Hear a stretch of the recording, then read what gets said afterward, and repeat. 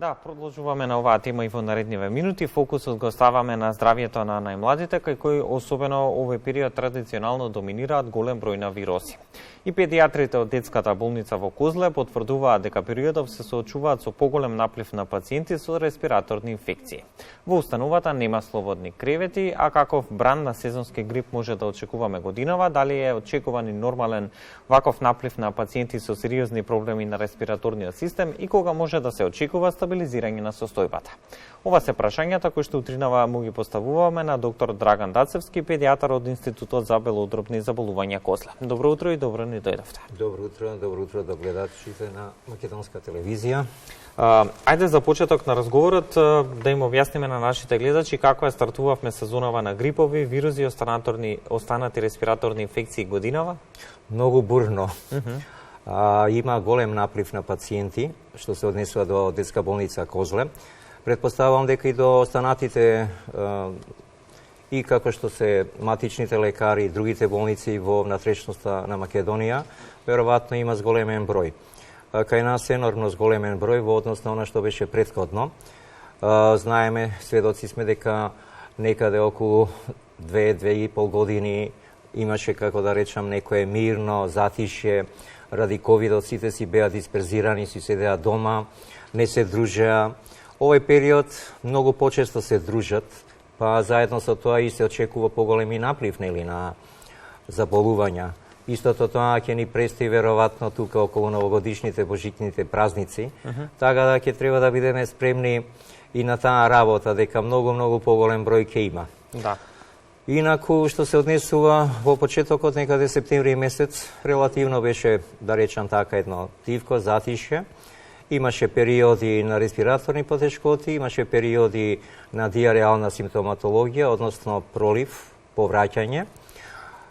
Така да тие нешто се менува. Имаше еден период исто така на ларингити, односно кашлица, надразнителна, што народот оди како кучешка или магарешка, поради звучноста на самата кашлица, односно тоа се гласните жици кои се воспалени и даваат одредени тонови, што нормално ги возбудува родителите и тие одат и обично тоа се случува во раните утрински часови, значи после 12 часот, 01, 02, 03, 04, тука е најзастапено и нормално дека детето се буди со една таква кашлица и се соочува со една панична стрес ситуација и доаѓаат за да се разреши таа ситуација. Така да и тој период така некако што беше бурен и тој помина.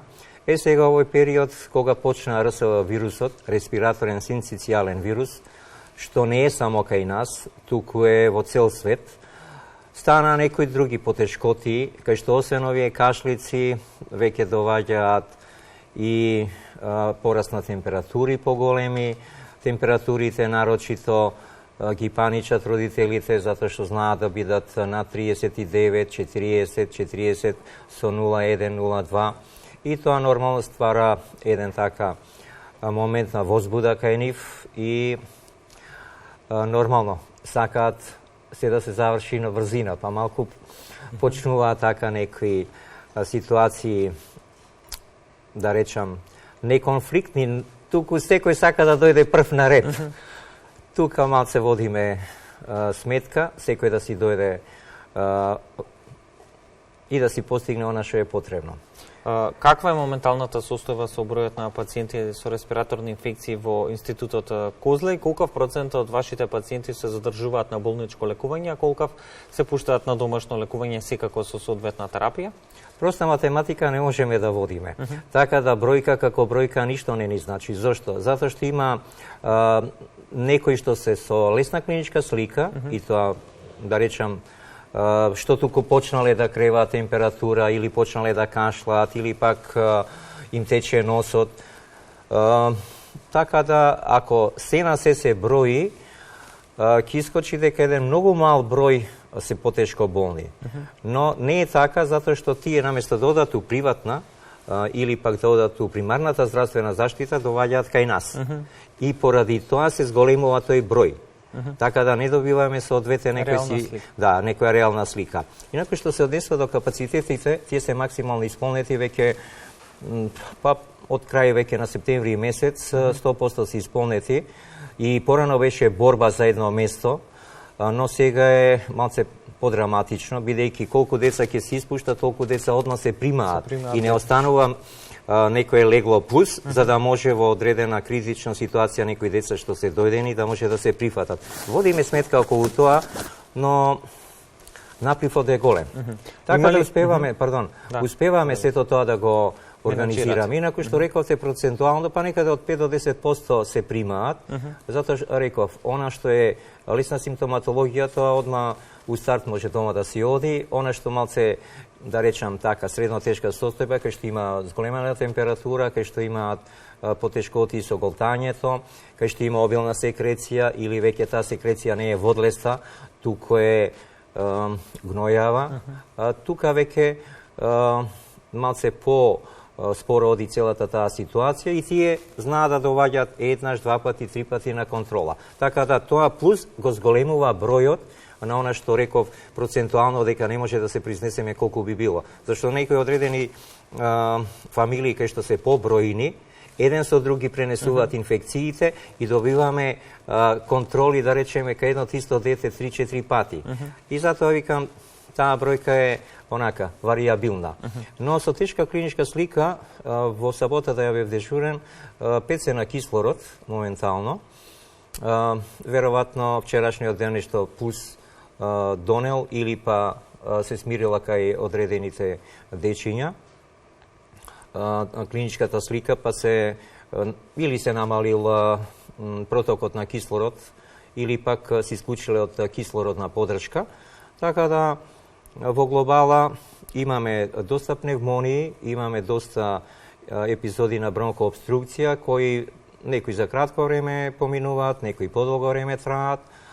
Не правиме разговор околу оние што се нели стандардните хронични астма, болести кај деца или одредени синузити. Тие ги исклучуваме, односно јас сега во моментот на овој наш разговор го исклучувам сето тоа, зашто тие се нели поподложни. Исто така и она малата патологија кај што се прематурчиња, тие многу почесто исто така страдат и полесно заболуваат. Така да таа некако на страна да ја ставиме во моментов на дискусија. Така да, еве имаме два пациента со COVID. Едното беше примено сега, пред некој ден, у петокот. Другото веќе бележи подобрување добро. Имаме две пациентчиња со туберкулоза на белите дробови. Едно е сомнително. Така да мора да ослободуваме простор за да би можеле да дојдат и нови, COVID позитивно пациентче, или пак оние што имаат некоја друга болест кои што не може да се мешат со сите овие останати ентитети. Споменавте дел од симптомите кои што се појавуваат кај децата со респираторни инфекции изминатиот период. Со каква симптоматологија конкретно доаѓаат и на што треба особено да бидат внимателни родителите, особено по појавата на овие симптоми, на настинка, на грип, било какви вируси кај деца во периодот? Да, обично доаѓаат нели почеток во самиот почеток секреција од носот како водлеста, малку потешкотија со голтање, кашлица, која кашлица знае да биде зачестена, да биде длабока, да биде интензивна, што повеќе ги вознемирува нели и самите пациенти и семејството. Знае главоболка да има. Понатака може исто така болка во ушите да осеќаат. И ако почнува да се да биде подлабока симптоматологијата во смисла дека инфекцијата се проширува, тогаш може да имаат и градна болка, што нели порано беше често тоа градна болка кога имаат, они одма мислат дека е COVID, но сега и сами се тестираат за да проверат дали е или не.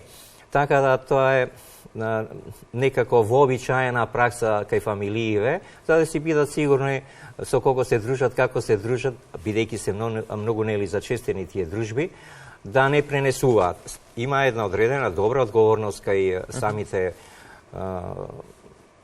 во народот, кај фамилиите, кај граѓаните, ради таа дружба што многу повеќе ја интензивира него што беше претходно. Почнувајќи од летниот период, кај што тука имаше доста почесто контакти и имаше повеќе и COVID и деца заболени, не само родители, но тоа некако стивна, остана овие стандардниве болести, кои што се чини некако изминативе 2,5 години беа ставени во мирување, да. Бидејќи беа повлечени сите во своите домови, не комуницираа многу, школите, градинките нели беа исто така на друг начин формирани во згрижување на децава, така да сега има многу почесто дружење и многу почесто преносни инфекции. Дали клиничката слика на пациентите со респираторни инфекции се разликува од онаа која што имавте минативе години и кој особено изложен на ризик од овие респираторни инфекции? Малата возраст е најизложена и тука би апелирал да оние новороденчиња што ги носат дома и што сите сакаат да ги видат, да го остат оној период од 30-40 дена, што во народот важи за тој пуерпериум, нели? Зошто? Затоа што тие се најранлива групација.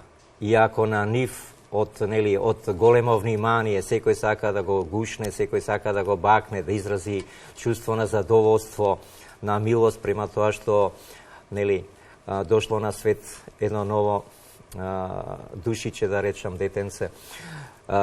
Тука малку да внимаваат повеќе, зашто тоа е најранливата патологија. А РСВ вирусот знае најчесто нив да ги прогонува и највеќе нив кога ги напаѓа даваат една потешка клиничка слика, бидејќи тој се некако усмерен не према горната, кај нив се симнува многу брзо, многу често во долните партии, односно на самото белодробие или на самите најситни дишни патишта, ние што викаме бронхиолит, така да тука е многу потешка клиничката слика и обично они бараат хоспитално лекување. Така да тука е еден апел до самите и родители и семејства околу внимание, поголемо да се посвети внимание, за да не се толку многу контактира, за да тие не бидат изложени на инфекции. Сега, имајќи го предвид до сегашното искуство, кога може да се очекува оној пик на сезонскиот грип, но и на сите останати респираторни инфекции? На почеток се доваѓаат новогодишни празници, божики празници, слави има и сето тоа. И тука многу поголема групација на луѓе има, а бидејќи овие вирусни инфекции се многу лесно пренесуваат, по трети пат ќе го спомнам РСВ вирусот, тој многу едноставно се пренесува. Значи и од раце, од секретите, од површини кај што се ќе кивне, ќе се искашла пациентот. Не мора тој да биде заболен. Тој одреден имунитет има, но оваа ранлива категорија на деца кои се поосетливи, кои го немаат дооформено имунитетот, затоа што тие го примаат заштитниот материјал ако дојат, тоа е најубава работа, бидејќи природно бива заштитени од страна на мајката што внесува одредени имунотела во нивниот организам. Но онаа патологија што не патологијата, туку оние новороденчиња кои консумираат формула, така во народот стои, вештачка исхрана, тие се поранливи, бидејќи она што се мајка да го има проживеано во тек на нејзиниот живот и како заштита со имуни тела го пренесува на доенчето, го нема. Значи, тоа е еден пасивен имунитет што се пренесува од мајка на доенче. Инаку, добро, тоа се одредена мала категорија на луѓе кои сме веќе тука кај имунитетот, што имунокомпромитирани, што ги викаме, кај што одредени болести или состојба, одредена генетска патологија што ја имаат, дека условува да немаат пројавено одреден ниво на отпорност или тој имунитет што често го зборуваме. И нормално, она третана категорија, вештачки придобиен имунитет, нели вакцинациите, ако одредена патологија поседуваат, а се вакцинирани децата, тие нема да имаат тешка клиничка слика. Може да се разволат, нели? Но нема да имаат тешка клиничка слика, нема да стигнат за кислородна поддршка или да не речам за респиратор. Докторе, темава наистина е неисцрпна, но со оглед на ограниченото време имаме простор само за уште едно прашање. Споменавме, многу деца не беа изложени на грип, токму поради мерките за заштита од COVID-19. Дали заштитувајќи се од короната, спречевме ширење на ендемичните вируси и бактерии, со тоа доведовме до слабење на природниот имунитет? Колку прекумерната употреба на антибиотиците доведе до оваа состојба и колку време ќе биде потребно да се врати оној имунитет кој што го имавме пред ковид кризата кај децата, ни генерално кај меѓунаселението. Ќе потрае некој месец тоа во секој случај. Зошто вака да одиме? Значи една избалансирана исхрана, кај што има одреден внес на протеини, витамини, минерали, одредени олигоелементи што се потребни кај сите, и возрастните и кај децата. Ако тоа се постигне, еден мирен, спокоен сон, една одредена динамика на свеж, чист воздух, сите тие се фактори кои условуваат да имунитетот побрзо се развива, да може они да си постигнат едно одредено ниво на заштита. Инаку, нормално, еден мирен период кај што немаше атак на самиот имун систем, да тој биде постојано буден и постојано да продуцира заштитни материи, антитела, нормално дека доаѓаме во една таква ситуација, не се ова ендемски, сега е за 2 часа се оди од еден крај на друг крај на Европа, или да не речам од светот за неколку часа од Америка до Европа и така на. Тоа многу брзо, многу се измешува сите тие инфекции. И затоа и овие вирусни инфекции се сега многу поназначени и многу побурни во овој дел од годината. Веројатно тоа у наредниот месец сигурно ќе потрае. Пропуштивме повеќе работи, да кажам. Да, времето ни е сепак ограничено. Ќе оставиме простори за следно гостување во наредниот период во утринската програма. Благодарам многу за одвоеното време и денешното гостување. Благодарам и на вас. Секако дека ова е сезоната на сезонски грипови, вирусни инфекции, кои што земаат особено замав помеѓу младите, како што споменавме и децата. Ќе имаме уште многу предизвици да се справуваме на здравствен план. Останува да ги почитуваме сите оние препораки кои што вие лекарите ги упатувате, особено кога се работи за здравјето на најмладите. И вака може да речам, нека постават прашање родителите до вас, па ние ќе одговараме директно. Апсолутно, може и така. Комуникацијата секако со гледачите ни е најважна. Двонасочна. Благодарам многу уште еднаш за гостувањето, ние ќе се видиме во наредна прилика. Благодарам и на вас, благодарам на гледачите, се најубаво им пожелувам добро здравје. Благодарам. Пријатно.